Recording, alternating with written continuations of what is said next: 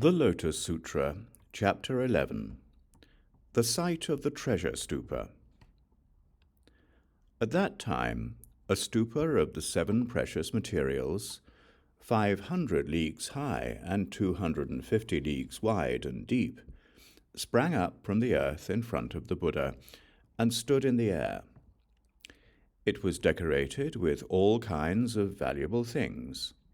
It had 5,000 railings, tens of millions of niche-like spaces open to the outside, and was decorated with countless banners and flags. Garlands of jewels hung from it, and tens of thousands of millions of jeweled bells were suspended from it.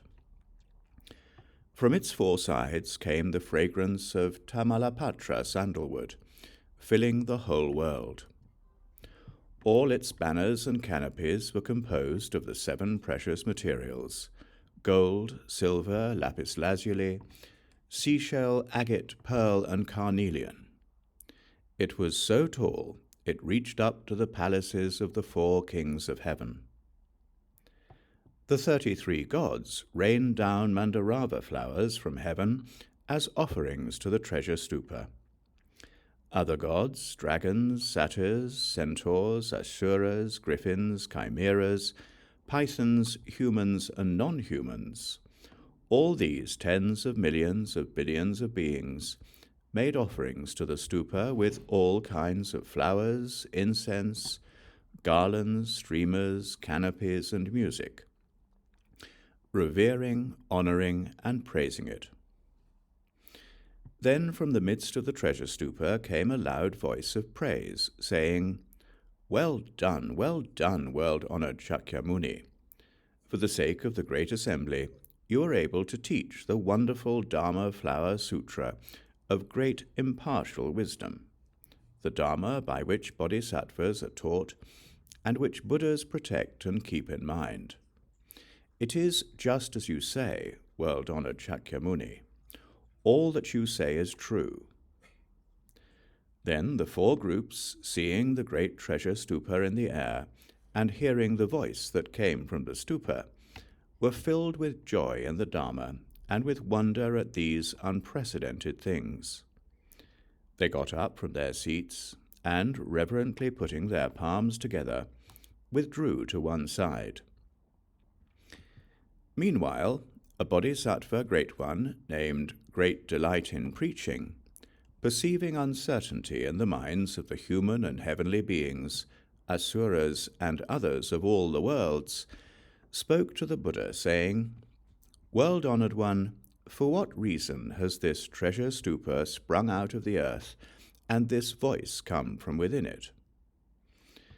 Then the Buddha told Great Delight in Preaching bodhisattva, in this treasure stupa there is the whole body of a Tathagata.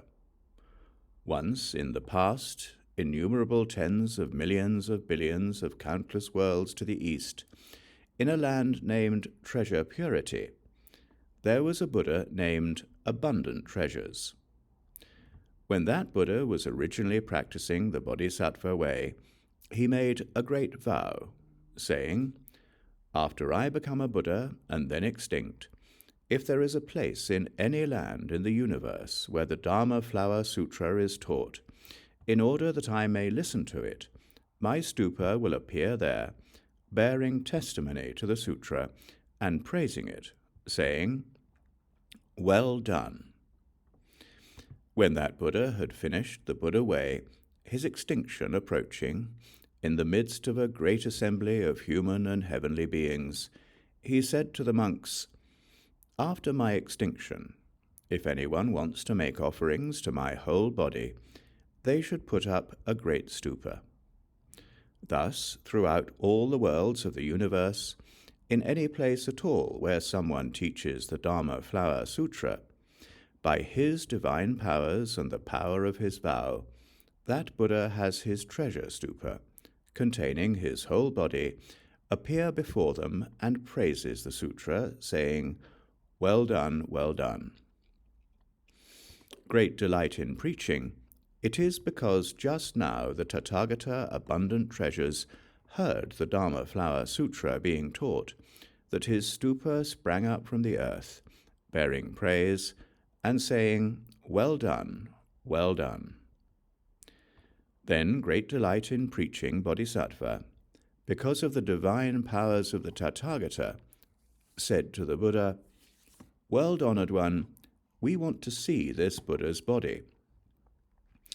The Buddha said to great delight in preaching Bodhisattva, the Great One, "This Buddha, abundant treasures, has taken a profound vow, saying, 'When my treasure stupa appears in the presence of one of the Buddhas so that I can hear the Dharma Flower Sutra, if someone wants me to show my body to the four groups, let the Buddhas who are embodiments of that Buddha and are preaching the Dharma in the worlds of the 10 directions return together and assemble in one place. Then my body will appear. Thus, great delight in preaching, I must now assemble the Buddhas who are my embodiments and are preaching the Dharma in all the worlds." Great delight in preaching replied to the Buddha, "World honored one, we would also like to see the Buddhas who embody you and worship and make offerings to them." Then the Buddha emitted a beam of light from his tuft of white hair, immediately making visible all the Buddhas in 5 million billion myriads of lands to the east, as many as the sands of the Ganges. All those lands had crystal for their ground and were adorned with jeweled trees and jeweled robes. They were filled with countless tens of millions of billions of bodhisattvas. Jeweled awnings were hung there, and nets of jewels were overhead. All the Buddhas in those lands preached various teachings with great wonderful voices, and innumerable tens of millions of billions of bodhisattvas were also seen there, filling those lands and teaching the Dharma for the multitude. It was the same in the southern, western, and northern regions, in the 4 intermediate directions, and up and down, wherever the beam of light shone from the tuft of white hair. Then each of the Buddhas in the 10 directions spoke to his multitudes of bodhisattvas, saying, "Good sons, now we have to go to Shakyamuni Buddha's world and make offerings to the treasure stupa of the Tathagata, abundant treasures." Then this world instantly became pure, with lapis lazuli for earth, jeweled trees adorning it, and cords of gold marking the boundaries of its 8 divisions. There were no villages, towns, cities, great seas, great rivers, mountains, streams, forests, or thickets. Most precious incense was burning there. Mandarava flowers were scattered over the ground, and jeweled nets and awnings were hanging there with all kinds of jeweled bells.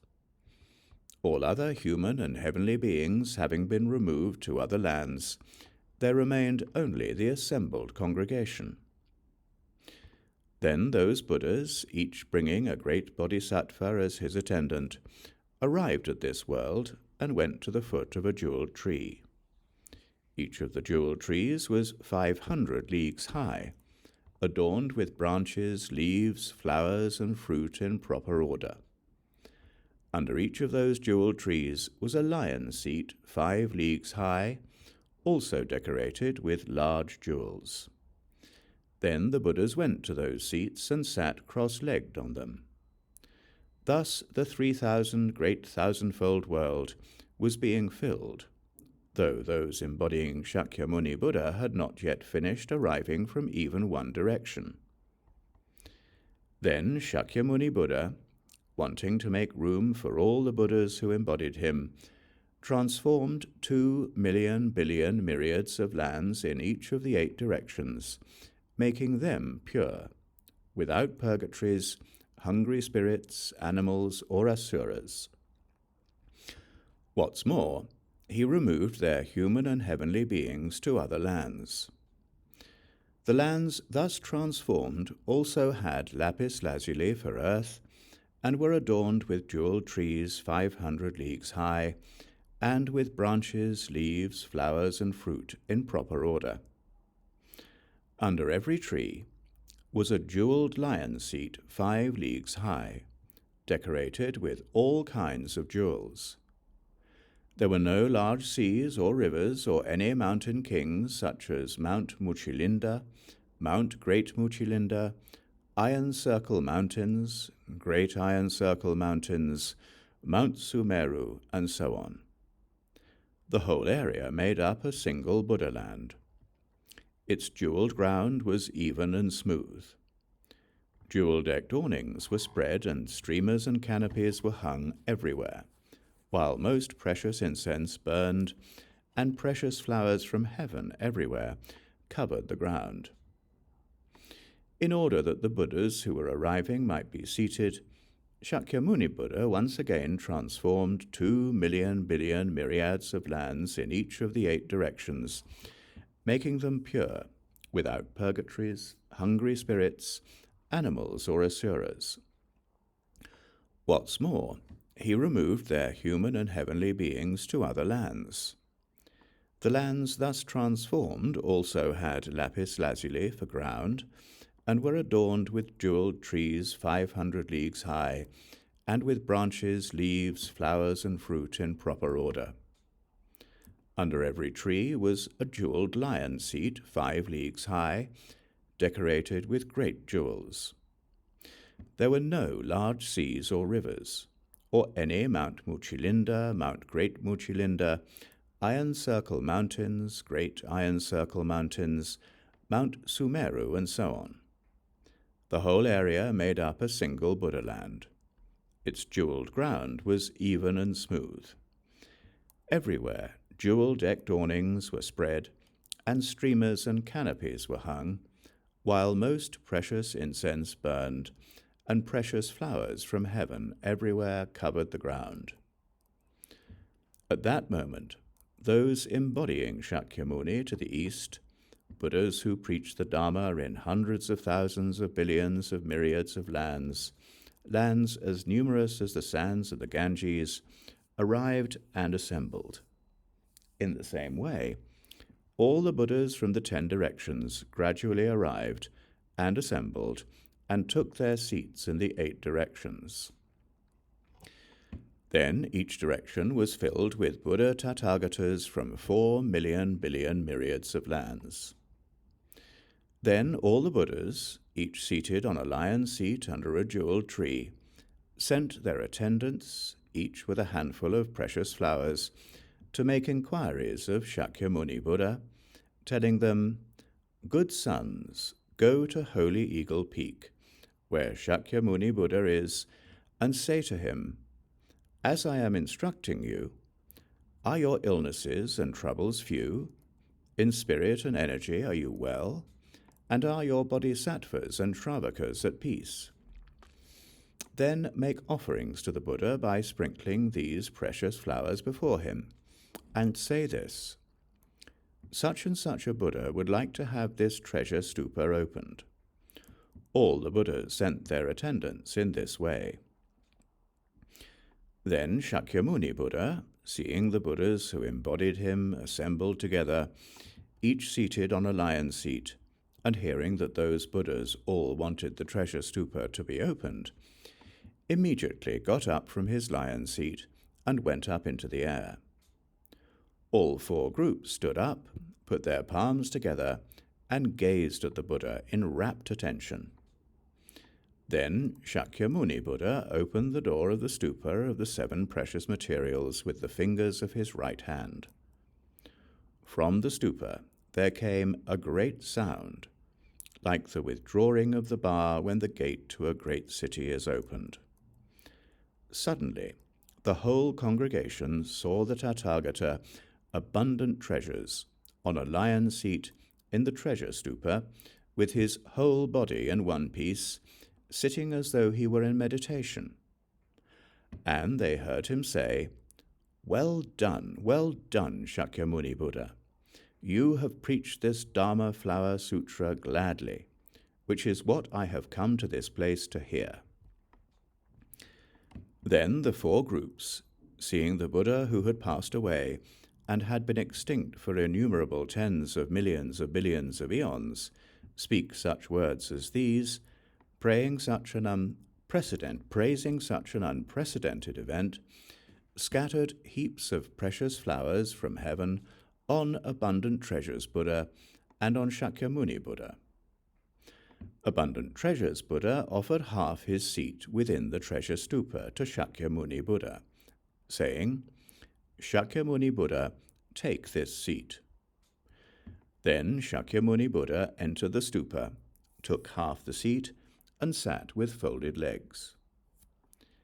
Seeing the two Tathagatas sitting with folded legs on the lion seat in the stupa of the 7 precious materials, those in the great assembly then thought, "The Buddhas are sitting high and far away. It would be good if the Tathagatas would use their divine powers to enable all of us to be up in the air." Immediately, Shakyamuni Buddha used his divine powers to bring all of the great assembly to where he was, up in the air. In a loud voice, he addressed all 4 groups, saying, "Who is able to teach the wonderful Dharma Flower Sutra everywhere throughout this world? Now indeed is the time. Before long the Tathagata will enter nirvana. So that it will last forever, the Buddha wants to entrust this wonderful Dharma Flower Sutra to someone." Then the world-honored one, wanting to say what he meant once again, spoke in verse. "This holy Lord, world-honored one, though long extinct, sits in his treasure stupa and comes here for the sake of the Dharma. How then can anyone not be dutiful for the sake of the Dharma? This Buddha passed away countless eons ago, yet in place after place he listens to the Dharma, because such chances are rare. This Buddha's original vow was, 'After my extinction, wherever I go, wherever I am, it will always be to hear the Dharma. And my embodiments, Buddhas as innumerable as the sands of the Ganges, have come to hear the Dharma, and to see the extinct abundant treasures Tathagata.' Leaving his wonderful land and a multitude of disciples, human and heavenly beings and dragon gods, and all their offerings to him, each has come to this place, so that the Dharma may live for a long time. In order to seat these Buddhas with divine powers, I have moved innumerable beings and purified the land. One by one, the Buddhas have gone under the jeweled trees. They are like lotus flowers, decorating a clear and cool pond. Under those jeweled trees, seated on the lion seats, the Buddhas are brilliant and resplendent. Just as in the darkness of night great torches burn brightly, from them comes a wonderful fragrance spreading over all the lands. Living beings showered in this fragrance are beside themselves with joy, like little tree branches quivering in a great wind. They use this skillful means so that the Dharma will live for a long time. To this great assembly I ask, after my extinction, who can receive and embrace, read and recite this stupa? Let them come before the Buddha now and declare their vow. This abundant treasures Buddha, though he passed away long ago, in accord with his great vow, roars like a lion. The Tathagata, abundant treasures, and I myself, and the assembled Buddhas embodying me, certainly know this intention. Among all my Buddha children, if anyone is able to keep the Dharma, they should make a great vow, so that it may live for a long time. One who is able to keep this Sutra Dharma has already made offerings to me and to abundant treasures. This abundant treasures Buddha, living in the treasure stupa, is always willing to go anywhere, for the sake of this sutra. One who keeps this sutra has also made offerings to all the Buddhas embodying me assembled here, who adorn and make resplendent all the worlds. Anyone who teaches this sutra will be able to see me, and the Tathagata abundant treasures, and also the Buddhas embodying me. All my good sons should carefully consider this. This is a difficult task, requiring the making of a great vow. If one taught all the other sutras, numerous as the sands of the Ganges, that would not be really difficult. If one picked up Mount Sumeru and hurled it far away to innumerable Buddha lands, that too would not be difficult. If someone used their toe to move a great thousand-fold world and hurl it far away to other lands, that too would not be difficult. If one stood on the highest heaven and for the sake of others preached countless other sutras, that too would not be difficult. But after the Buddha's extinction, in the midst of an evil age, if someone teaches this sutra, that indeed will be difficult.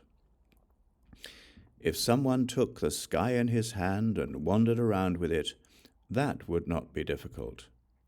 But after my extinction, if someone copies and keeps this sutra, or causes another to copy it, this indeed will be difficult.